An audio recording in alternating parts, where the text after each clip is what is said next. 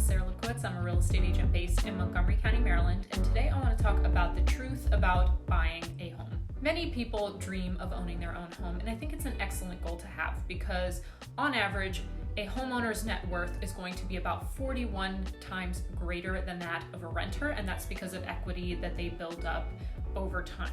However, there are definitely times where it makes more sense to rent. And overall, I think it's very, very important before you buy a home that you really, really research the process and get an understanding of what the costs are. And there are a number of things that I think people don't really think about before they get into buying a home, and I want to talk about that today. The first thing that I think is really, really important to know is that while you don't need 20% down to buy a home, in fact, many people put as little as 5%, 3.5%, some VA buyers put 0% down.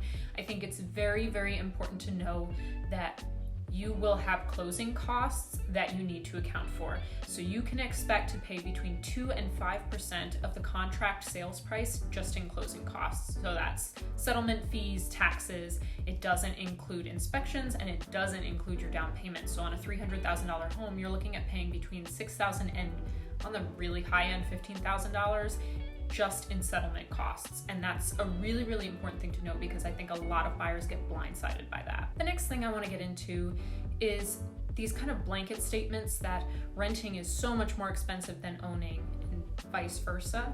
And I think it's true. When you're a renter, you have fewer responsibilities. You're not paying the property taxes. You're not replacing the HVAC when it breaks. But you need to keep in mind that your landlord is they're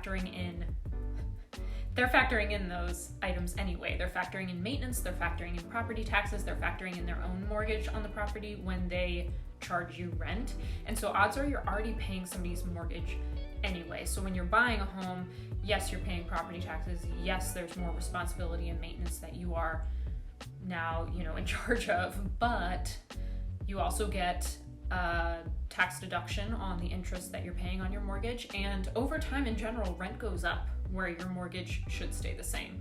So a lot of people end up finding that they can afford more house owning than they can renting. But if you are going to be in a certain area for a very short period of time, it may not make sense for you to buy a house. So I think it's very, very dependent on the situation and what area you're in. But I think it's very important that you are careful about listening to blanket statements about how one option is going to be so much more worthwhile than the other. If you are scrolling through Zillow and getting very, very serious and very close to being able to buy, and you have not talked to a real estate agent and you have not talked to a lender yet, you're doing it wrong. It's one thing to scroll around on the internet and look at different neighborhoods and what things are going for and kind of start getting an understanding of what the market looks like. It's another thing to find that you finally see a house that motivates you to get up off the couch, walk out the door and go look at it. You fall in love with it, but you miss out on it because another buyer is more prepared than you are. There are dozens and dozens of pages of paperwork that goes into buying a home, and you really need to make sure you've got your pre-approval ready and that you are working with an agent so that you can schedule to go see that home as soon as it comes up and stand the best chance of winning the bid. Okay, number 4. Flipping homes is not as easy and fun as they make it look on television. Odds are your profit margins are going to be very, very slim. So if this is something you're new to, it's not an impossibility, but you need to make sure you have a good real estate agent who works with investors.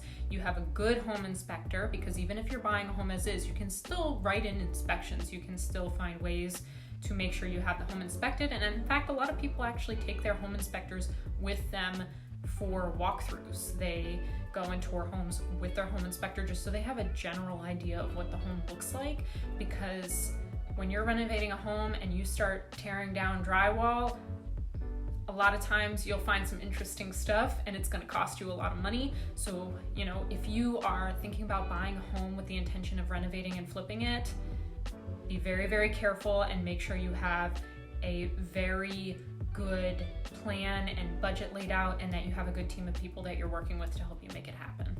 Lastly, I think a lot of people do actually think about HOAs and condo fees, but they can be far more expensive than a lot of people realize. Some neighborhoods you're looking at paying $25-50 a month, if that, but there are other places where you're paying $800 a month in condo fees or HOA fees. In some ways, you know, those associations are really, really nice because they take care of shared spaces, and you know, some condo fees included, even in like townhome communities, they'll replace roofs and things like that. So they can be very nice to have depending on what they cover, but you want to make sure that you, number one, get the resale documents and review them so you understand everything in there, you understand what the rules are, what the covenants are for the community, and what the costs potentially could be. Thank you for watching. Again, my name is Sarah Lipkowitz. I'm a real estate agent based in Montgomery County, Maryland. I specialize in homes and farms in Maryland and Virginia.